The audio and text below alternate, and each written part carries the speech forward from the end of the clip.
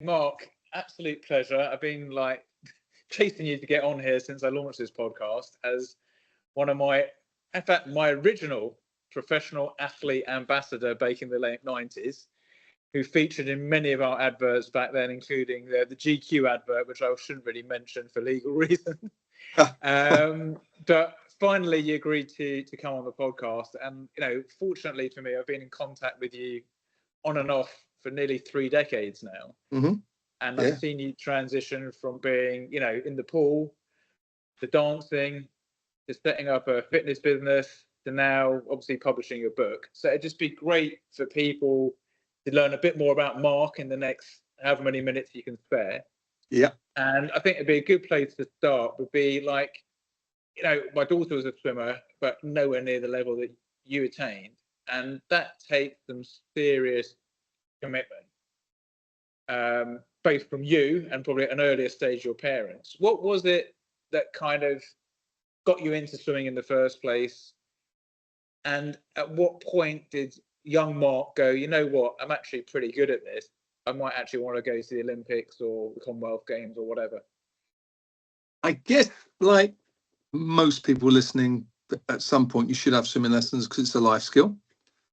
And it's important because you can save your own life or save somebody else's life. I grew up in Southend-on-Sea in Essex, and I lived by the coast, so it's important. I learned to swim because every day after school we went to hang around by the beach.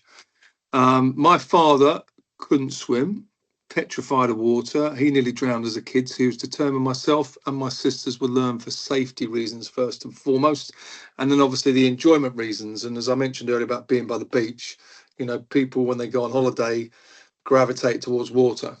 So whether it's a pool at a hotel or whether it is the beach, as a child to enjoy yourself or a parent to relax, it's important that the kid learns to swim. So I went for swimming lessons. My swimming teacher, a lady called Mrs. Hardcastle, whose daughter Sarah Hardcastle went to the 1984 Olympics and won a silver and a bronze medal in the 400 and 800 freestyle. She was my swim teacher.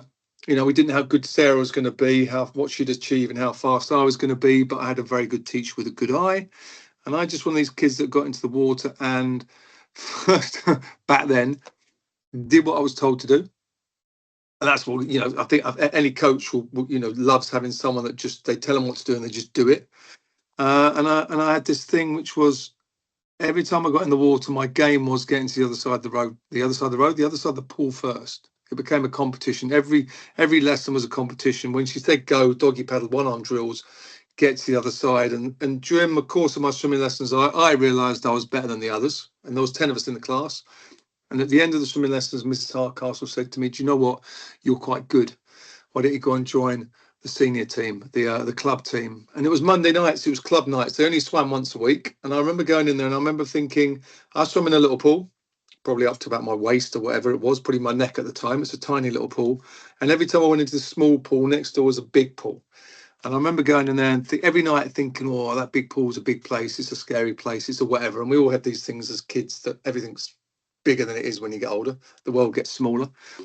Because she saw something in me, I signed up Monday nights, club night, and I got in the water in the white squad at the shallow end of the pool. Obviously important because I just learned to swim. And it dawned upon me that I was in the white squad, which was the first squad in the shallow end, and at the deep end there was the black squad. And they were 7 squads away. There was white, green, blue, red, whatever, up to black squad. But I remember my first evening thinking I wanted to get to this black squad and hang out with the big kids because in my head they were cool. But it dawned upon me that I was at the back of the white lane because I'd just joined the squad and I needed to get to the front of the white lane before I got moved up to yellow, blue, green, red, orange, I think there was, and then black. So I just tried once a week for an hour as hard as possible, and slowly but surely I made the black squad, and that was a moment of achieving my dream at that time. So I thought, that's cool. And then the National Age Group Championships when I was 11, at the same time as making the black squad, I went to Blackpool.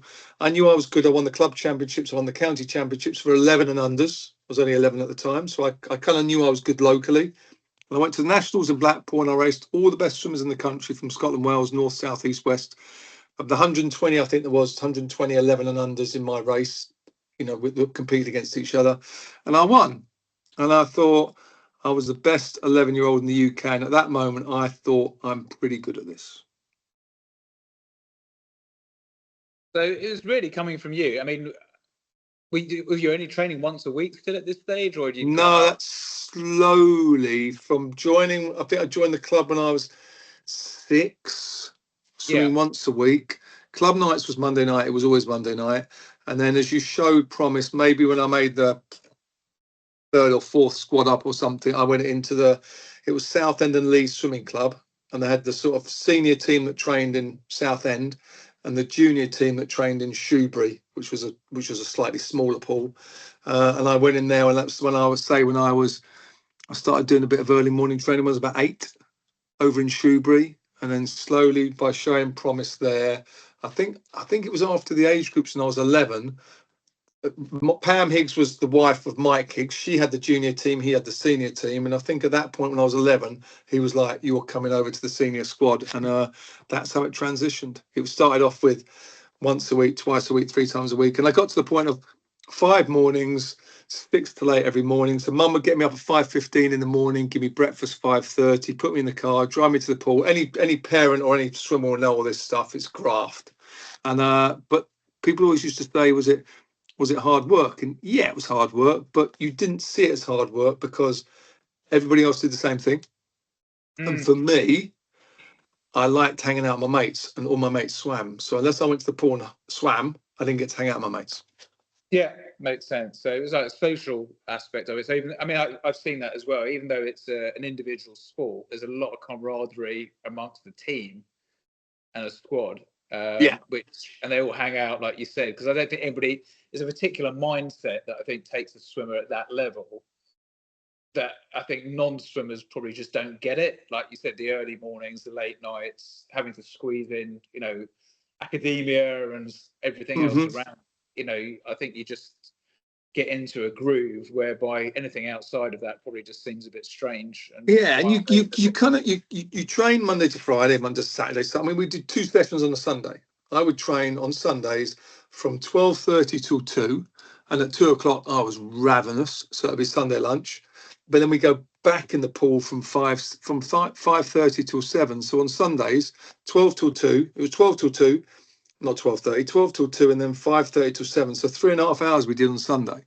And it was more of I mean, it's a grind and it's a graft, but it was also at the same time, it was one of those things that it's what you do, And I might moan nowadays about footballers that get paid a huge amount of money for running around a pitch and rolling over every 5 minutes.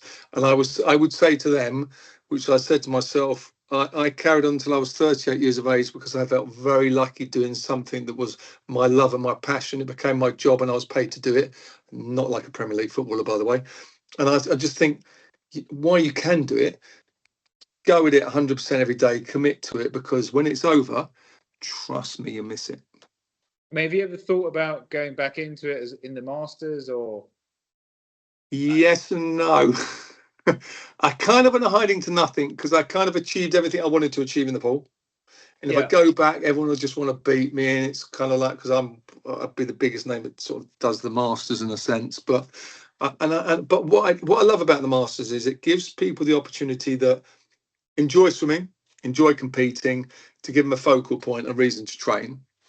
And if you say to me, if I was struggling with motivation to train, then I'd set something out in the distance, whether it be as you say, the Masters Swimming Championships, running a marathon, or whatever it might be. I go in the gym 3, 4, 5 times a week.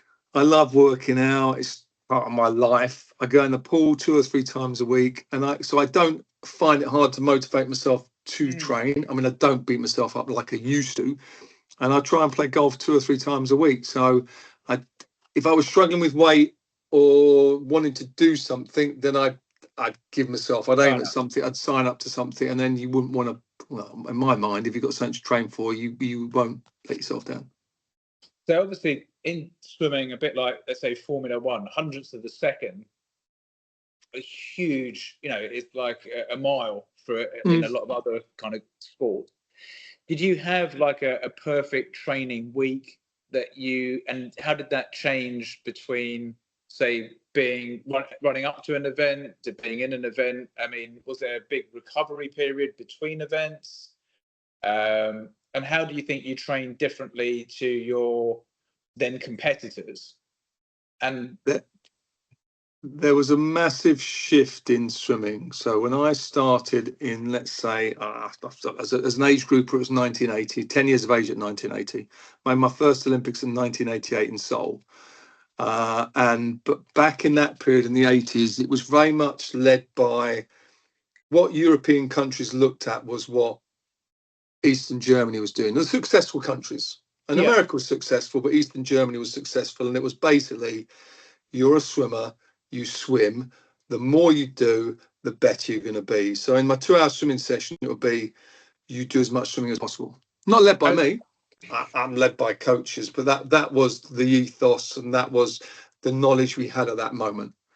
And then slowly, as and if you think about it, and this is, logic will tell you, my event was 21 seconds.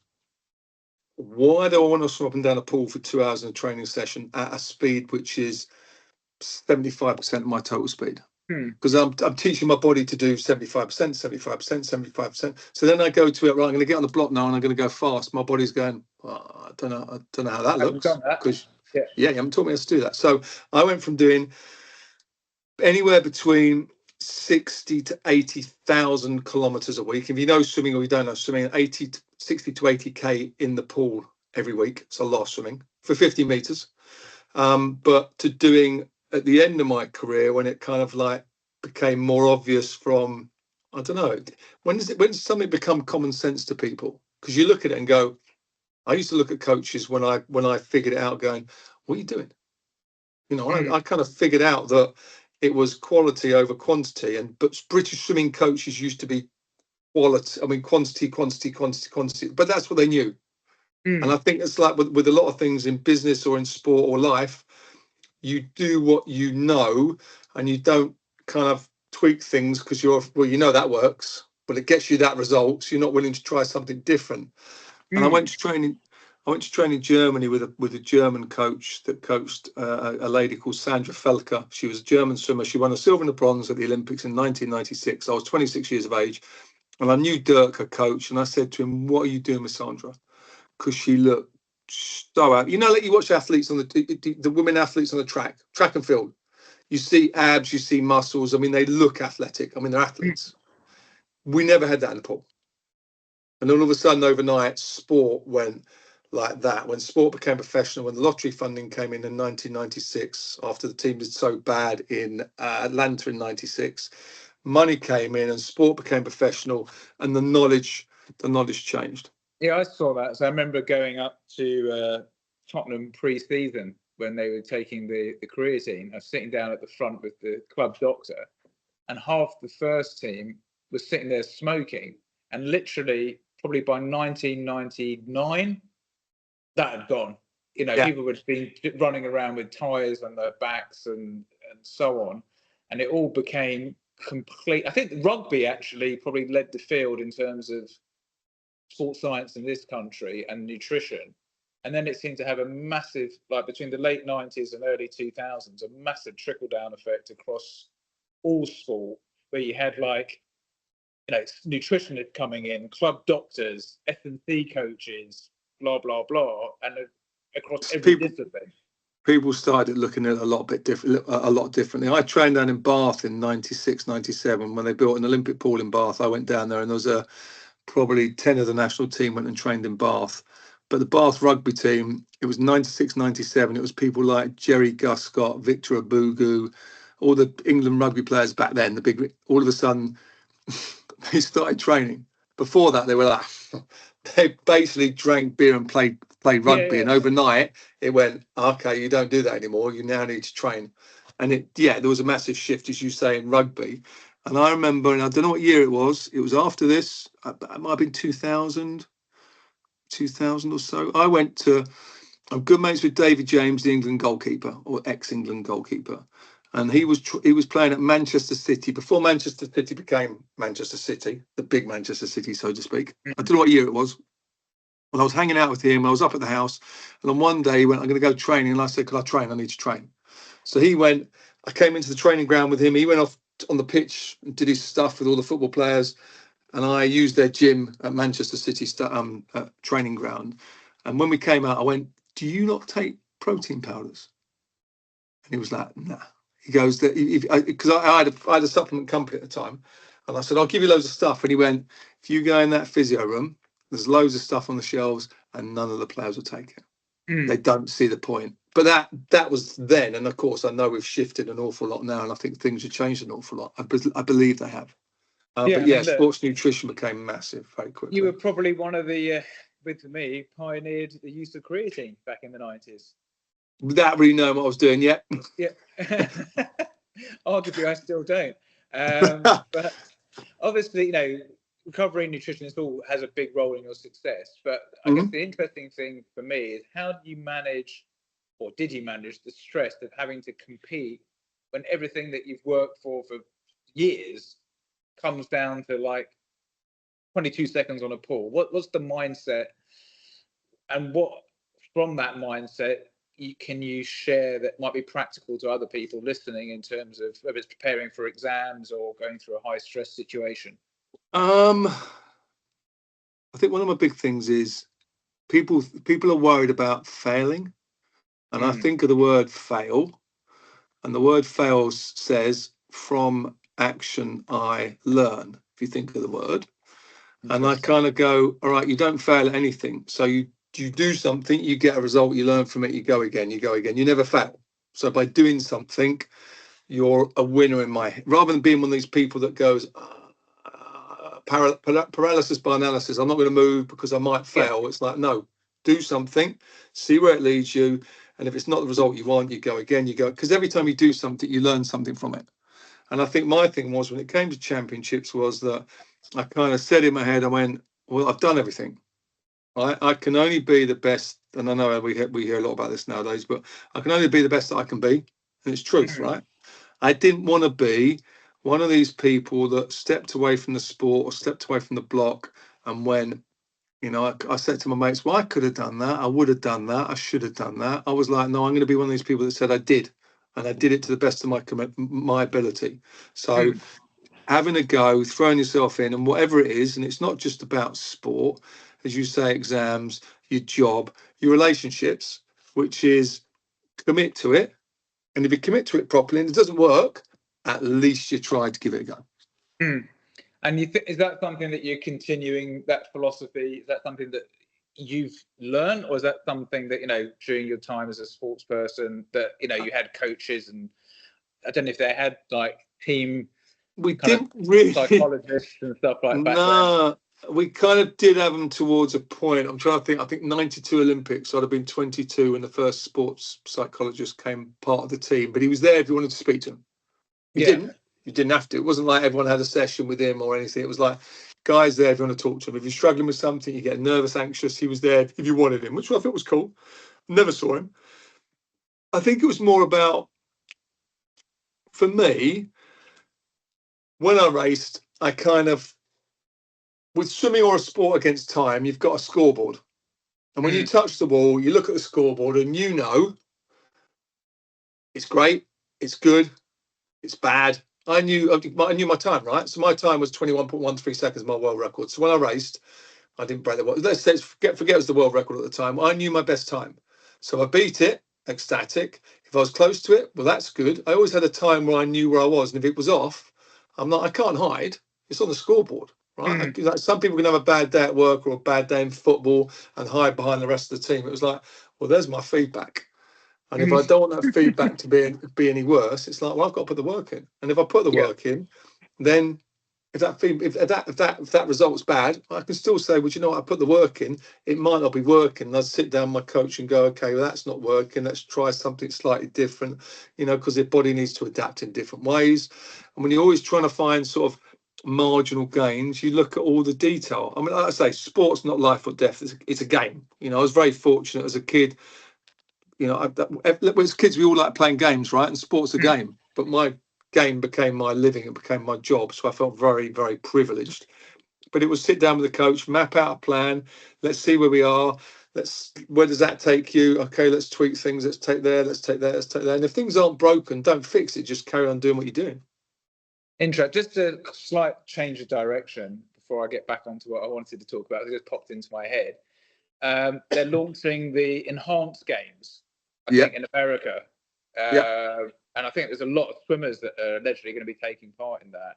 Yeah. Probably people that you may or may not have swum against back in the day, or certainly would have crossed paths with.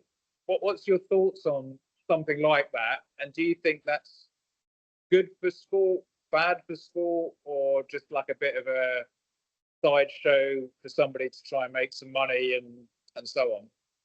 I think there's a lot of things going on with it.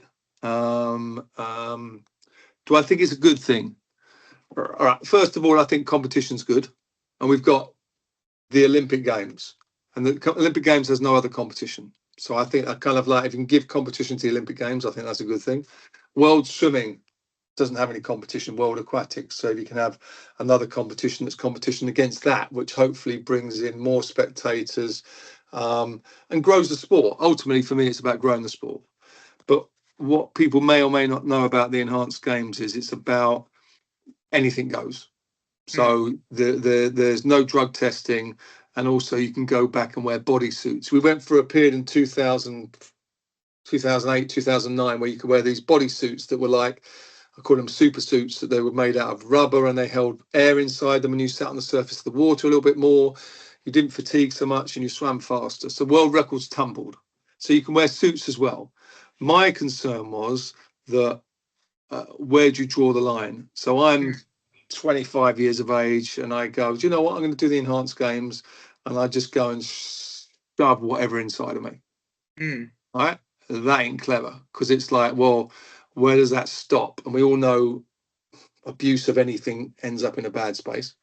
And how do they monitor it? But I think the thing is, knowing more and more and more about the enhanced games as I do now, the steroids or the drugs that they're giving these people, which would be illegal in the Olympics in normal sport when you're drug tested, they're not illegal in the enhanced games. So no one's doing anything wrong. They're playing by the rules.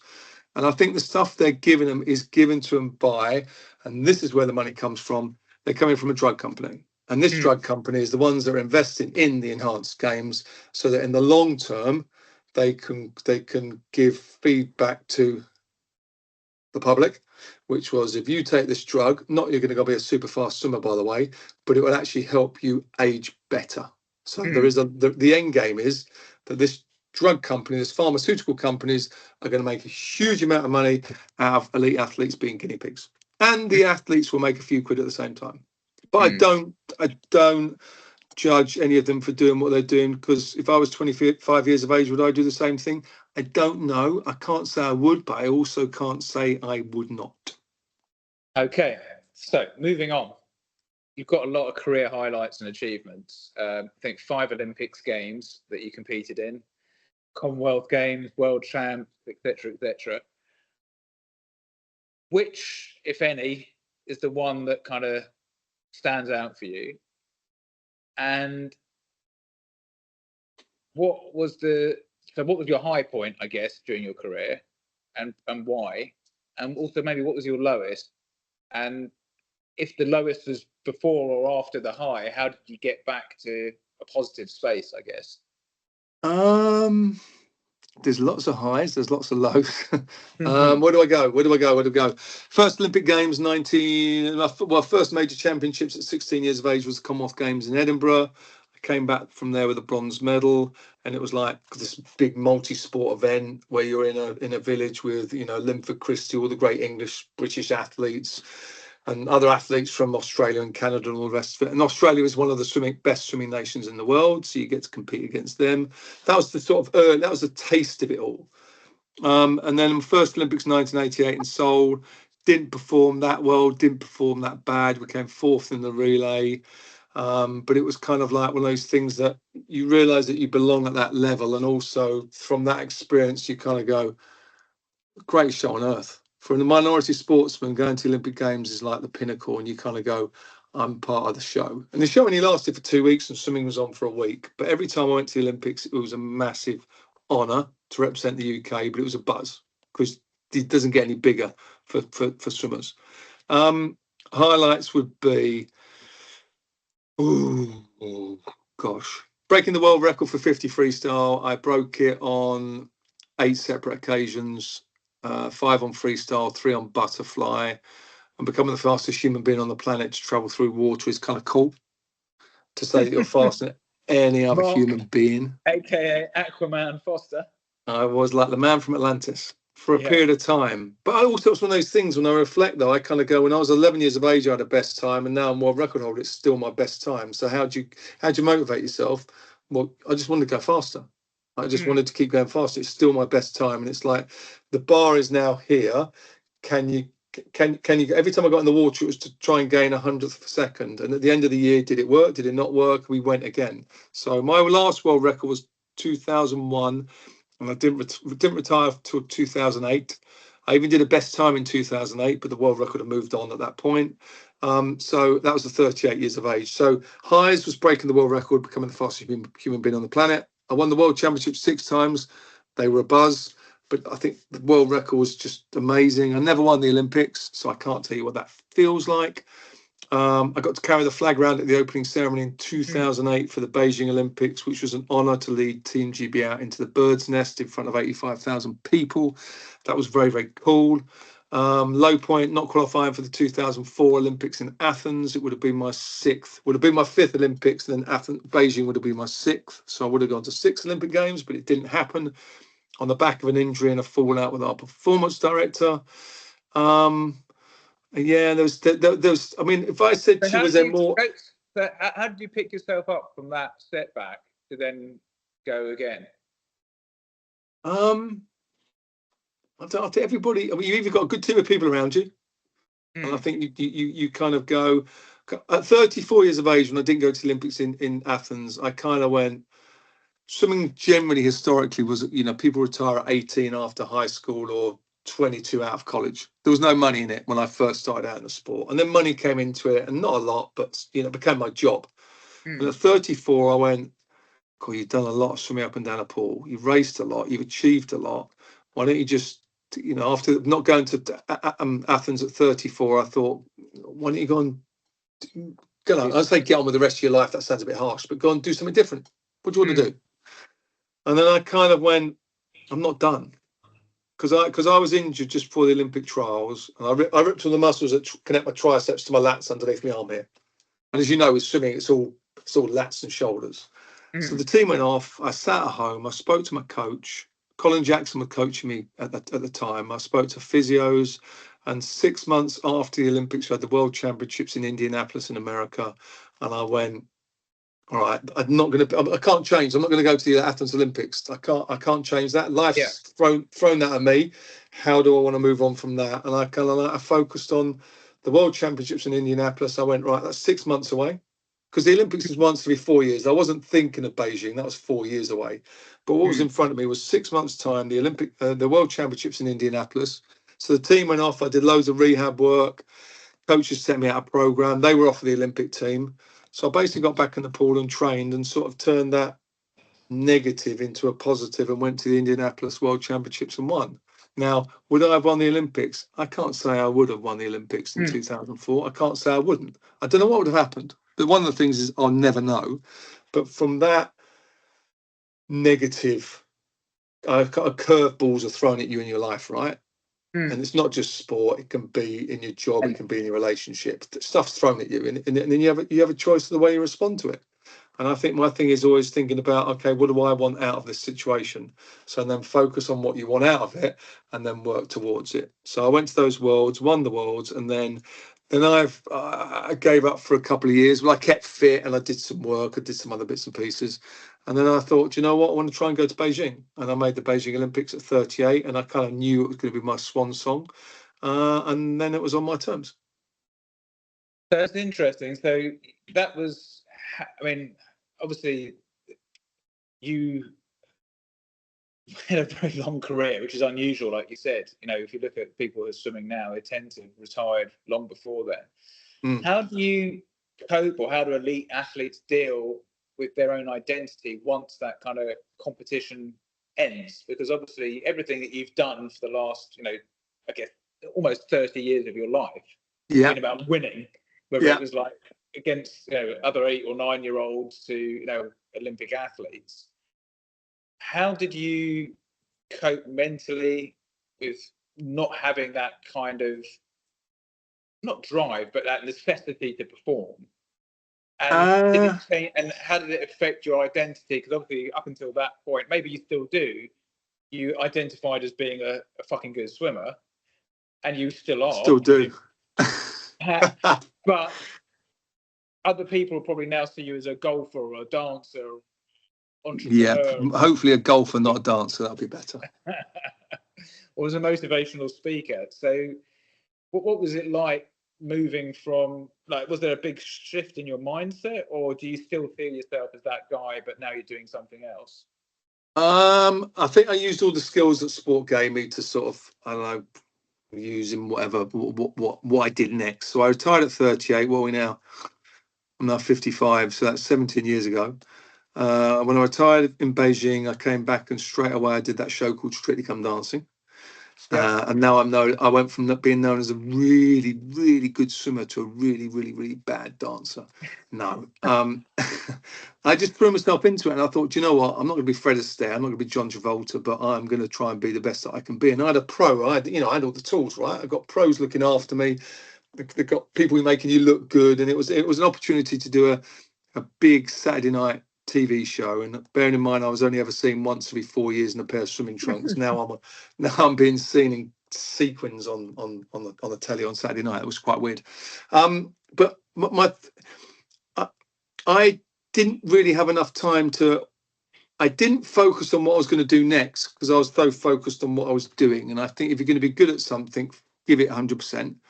And then when you finish with it, you go to what's next. I mean, sometimes it might be good for people to plan what they're going to do next rather than jumping off a cliff. But I didn't know what it's going to look like. So I finished swimming, I did Strictly. And then when I was doing Strictly, I sort of said in my head, I wanted to get people fit and healthy. I love swimming, obviously, but there's people that swim. There's people that don't like swimming, don't like running, don't like gymming. You know, it dawned upon me very quickly that Strictly was massive. And from kids to parents to grandparents, there was a lot of people that loved it and enjoyed it. And I thought, okay, in my head, I was going to get people fit through what I used to do in the gym, which is a bit like HIIT training, you know, burpees, squat, thrust, press ups, all that sort of stuff. I mean, I'm talking what I used to do when I was training over 20 years ago. But then because I realized a lot of people wouldn't like that, and I realized a lot of people love dancing, I had a word with two of the pros on the show, and I just said to them, look, I know a lot about health and nutrition. You know how to dance. Can you put steps to music using the 14 Latin ballroom dancers from Strictly and create a fitness program? We called it Fit Steps, which in my head was Steps to Fitness. And we've now got about 2,000 trainers across the UK teaching Fit Steps. It was a way of bringing a community together, bringing people together, people that had nothing in common, but they had one thing in common, which is their love of dance.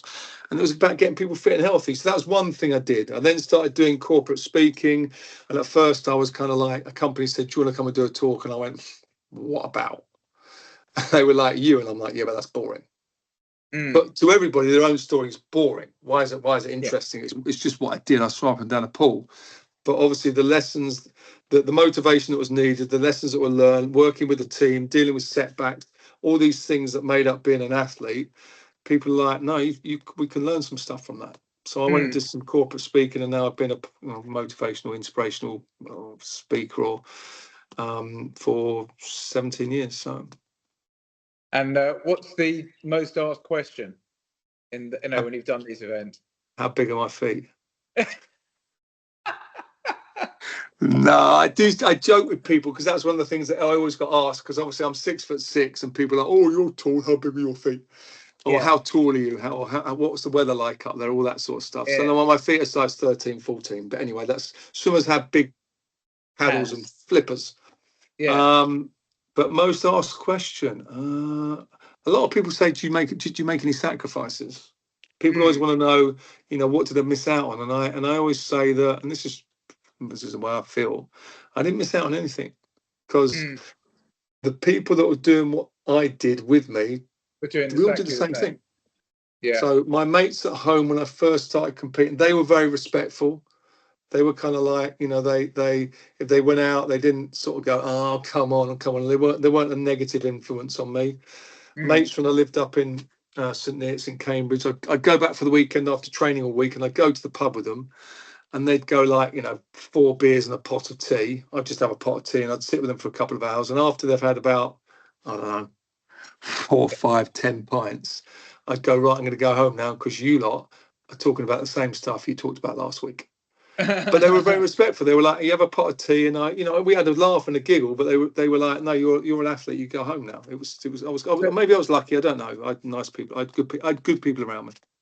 And in terms of obviously sponsorship now and influencer marketing and blah blah blah is all. I mean, that didn't exist back in the day. You obviously had sponsors. I think Speedo was a sponsor for you for some time.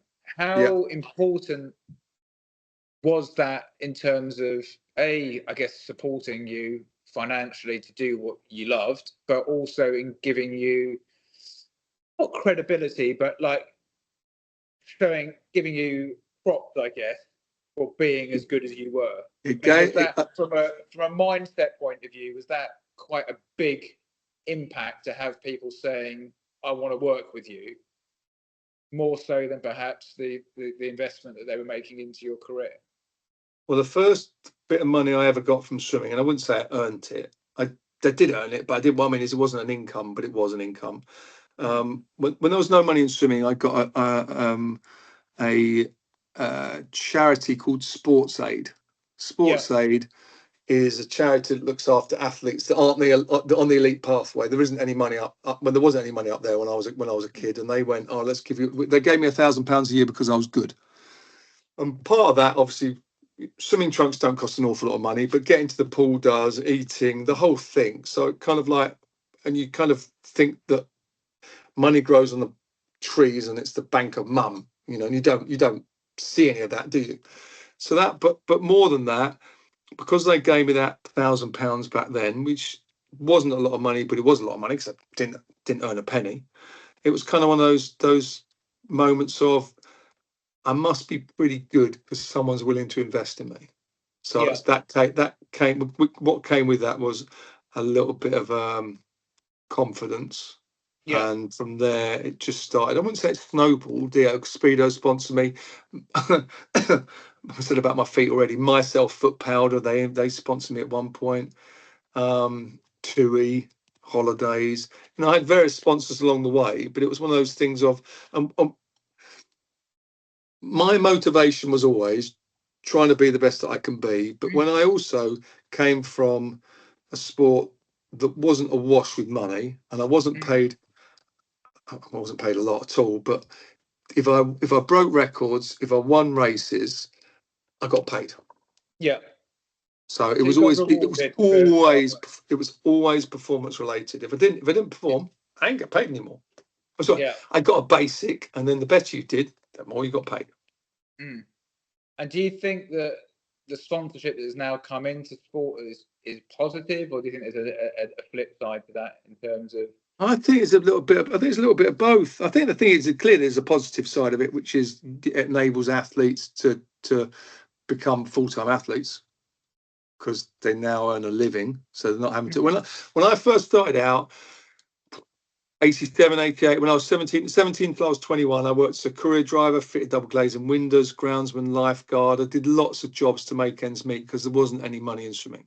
So it enables, and with the lottery funding that's coming as well, it's enabled swimmers that are on on world class. It might be the top 10 in the world, top 30, top 50. They get given, let's call it a wage. It's not massive, but it enables them to focus on sport a bit more and be better.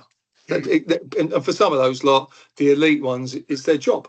So why shouldn't they be paid to do something they're good at doing?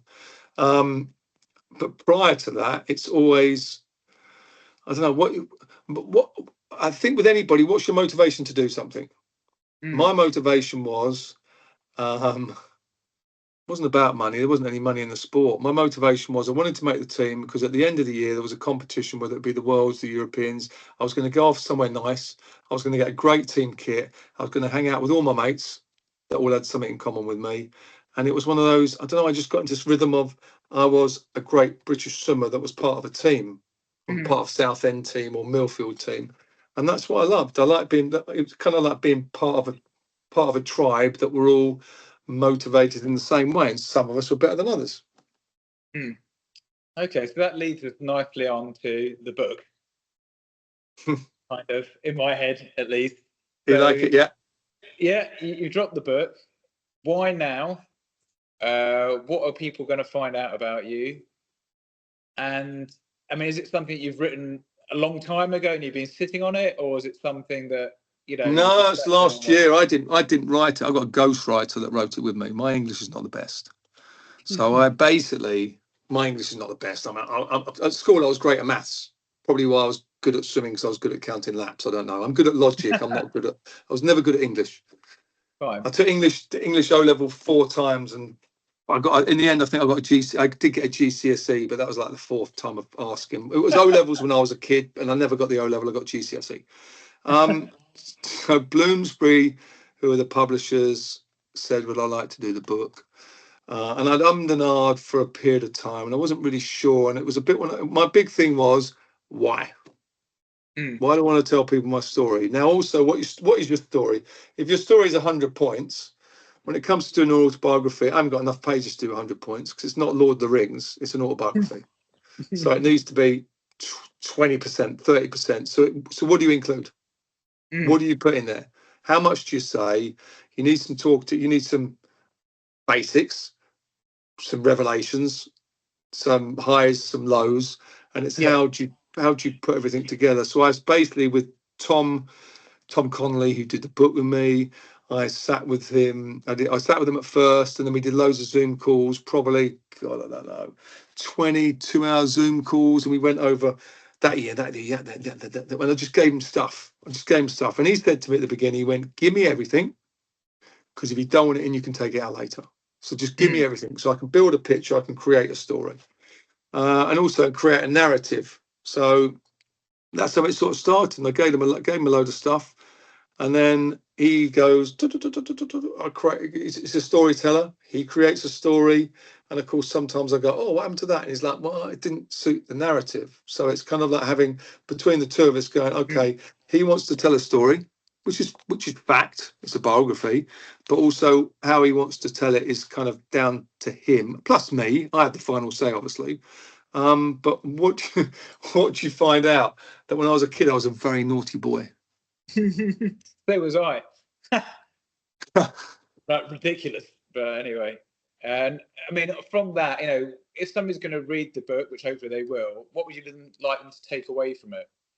Well, and yeah, so I touched on it, like why do the book now? Because it wasn't about people know my story. It's not about, oh, everyone look at me, this is my story, because I don't like social media and all that sort of stuff. So anyway, but it was more of I sat with Tom, and I want to help people. Now, it's not a self-help book, but little bits of that happened, so out of it came that. That happened, so out of it came that. It was kind of like one of those things of like lessons learned. So oh God, what do I give you? A mate of mine died of a nut allergy. It was in the press. It was horrific. He was with me the day it happened. A guy called Ross Bailey, up and coming athlete, the next Colin Jackson. He was awesome. He was lovely. He's Scottish lad, fit as a fiddle, ripped as anything, and just but just a lovely human being. Anyway, the day it happened, we had a sandwich together. He had a nut allergy, which I didn't know. He explained to me. The long and the short of it is, he dies. It was horrific. But my thing is, out of his death, and there's nothing good that comes out of anyone's death. But at the same time, I now do a lot of stuff for the anaphylaxis campaign, making sure that schools, businesses, airlines, wherever, have EpiPens for people that have allergies. Not just nut allergies, it can be allergies to bee stings. There's allergies. So people's got EpiPens, they can have an Epi shot and they can hopefully be saved. Now, Ross didn't have one of them when he was with me. What he did, he had one of his flat, and it was too late by the time he got it. So it's kind of like one of those. I kept saying to Tom, I said, there needs to be. I don't just want to be a woe me, or this is me. I want it to be a reflection also, where some of these things create a pathway for me to go along. And I think a lot of people have sliding door moments in their life. Do they turn left? Do they turn right? And it was one of those. I don't know. I just thought, if there's little things that have happened in here, and me opening up and being vulnerable about stuff, is also kind of like going, well, sometimes if you open up and you are vulnerable about stuff, it creates conversation. And from those conversations, hopefully we get some better answers. Great. I think that's a good reason to buy it, if it's not all about you. But it was not one of those, I said I was a naughty kid. I mean, I know you're not gay, but it's one of these things as a kid. And I didn't consciously think this, but I did a lot of naughty things. And I know you say you did some naughty things. I did a lot of naughty things, and I got in trouble with the police quite a few times. And I think subconsciously in my head, because I knew I was a little bit different. I didn't really completely know I was gay until I knew I was gay. But it was one of those things that all the stuff that I was doing was really a distraction away from, I didn't want people to see me, because I grew up at a time when being gay was not acceptable. Whether I heard it from Sunday school, I heard it in the playground, heard it in the papers, just that was the way society was. So I kind of went, okay, well, again, I say I didn't consciously do this, but subconsciously I'm like, well, if I'm this nutter, I don't mean nasty nutter, I just mean an idiot, then people aren't going to think this idiot's gay, are they? They're going to just think, well, he's a sportsman, and secondly, he's just wayward. So it's one of those things of sometimes don't judge a book by its cover, sometimes ask the question, but also ultimately sort of, I don't know, just be inquisitive and have conversations. I agree. I mean, the only thing I'll admit to on camera, as it were, was being into the Beastie Boys and stealing VW signs. I'm getting into quite a lot of trouble for that, both with other people's parents and the authorities. They were a cool band. You're like, Beastie Boys were very, very cool. But I'm blaming them completely. They led you astray. They led you astray. Did. Absolutely. Poor teenage mind was very susceptible at that stage. So to any kind of athletes or even non-athletes that are trying to be their best version of themselves now, what advice would you give them? I think the thing about, like I said about earlier, fail from action I learned, do something. You never fail at any. If you ever go at anything, you never fail. I didn't want to be, and I mentioned again earlier, I didn't want to be one of those people that was a could have, would have, should have kind of guy. I just want to be one of those people that just did it to the best of my ability. I think nowadays it's kind of quite growing up in a time where there's so much, I say, scrutiny, social media. You're doing everything under a microscope. I never did as a kid. It was quite easy to get away with stuff. But also, I think there's a good and a bad side to social media. But ultimately, it's just being authentic, being yourself, and not being afraid to be yourself. I was afraid to be myself for a number of years. But also, my one word that I use for anybody that does anything, and this is not just sport, it can be about staying fit, it can be about your job, and ultimately probably the biggest thing in your relationship is commit to it, right? Commit to it solidly, and if it doesn't work, at least you can go, it didn't work, but I tried, I committed to it, rather than being, well, if I don't commit, well, one of those things don't really work unless you commit to them. 100%, you've got to be all in. So I've got some quick fire, hopefully fun questions. One word to describe your career. Long. No, fun. I loved it. I was very lucky. It was a lot. It was a lot of fun. Toughest competitor you ever faced? My nemesis was a guy called Alexander Popov. You probably know that name. He was a Russian swimmer. He didn't lose a major international race from 2001 until actually once. He lost once in 9 years in international competition, a guy called Alexander Popov, but just unfortunately for me, he never popped off soon enough. Sorry, that's my I love my joke. Best piece of advice you were ever given? I've had lots, but one that sort of sticks with me is there was a golf lady, first women pro golfer. Her name was Vivian Saunders. I think, and she's still around now. I think she owns a golf course called Meridian near Cambridge. Well, she did. And she once said to me, lie with the eagles, don't peck with the hens. And I was always like, what are you on about? But she was like, surround yourself with like-minded people. And my big thing is, for me, one of my big, and this is a bit in the book, which is surround yourself with people better than you, because they'll lift you up. They motivate you, they drive you, and their habits rub off on you. And if you surround yourself with not such good people, those habits will brush off on you as well. A habit you think everybody should adopt? My healthy habit.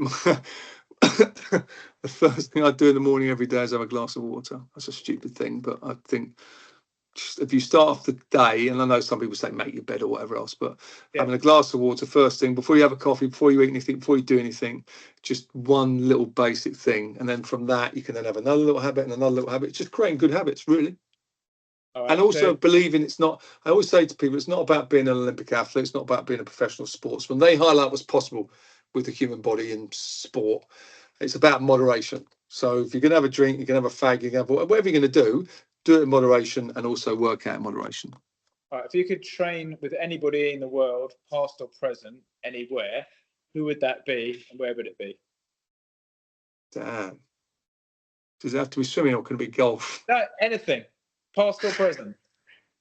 Anybody, so I say, not anything. Anyone. If I said swimming, I'd say I'd have loved to have trained with Matt Biondi, who was the when I first came on the swimming team. He was British swimming team. He was like, as American, he came from water polo. He was like God, and his technique was awesome, and he was just powerful and brilliant. So from swimming perspective, him very, very cool. Outside of that, I'd probably choose. I love Michael Jordan because I love basketball, but I'll choose a golfer, and I would say,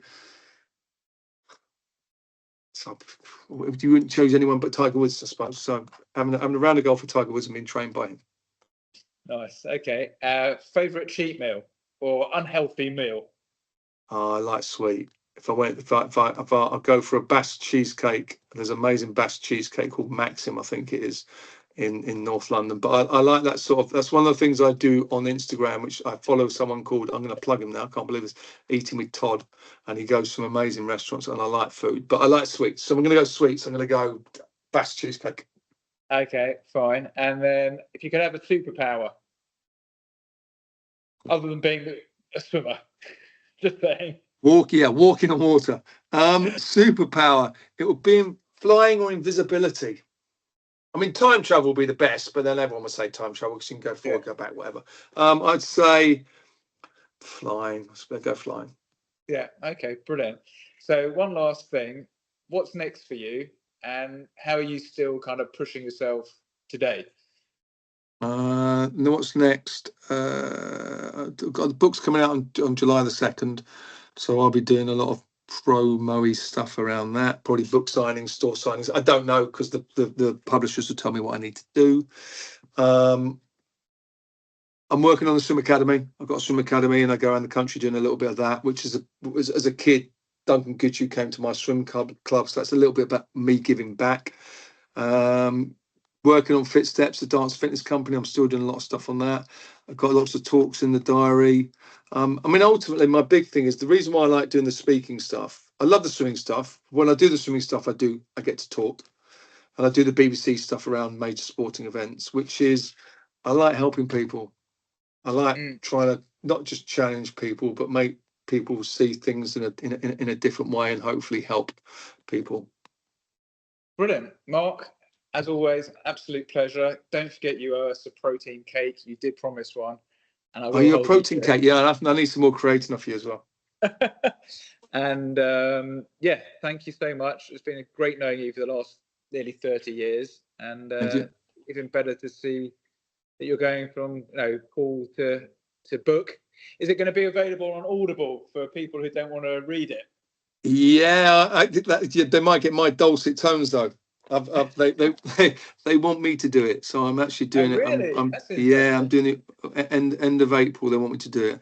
I'm not so sure, but they say they're sure, so I'm going to go. Okay, I'll go with it until they tell me. They either go, "Wow, you're brilliant," or they go, "We get a professional in." We'll see. Yeah, you're not going to have a ghost voiceover then. No, it's going to be me by all accounts. So yeah.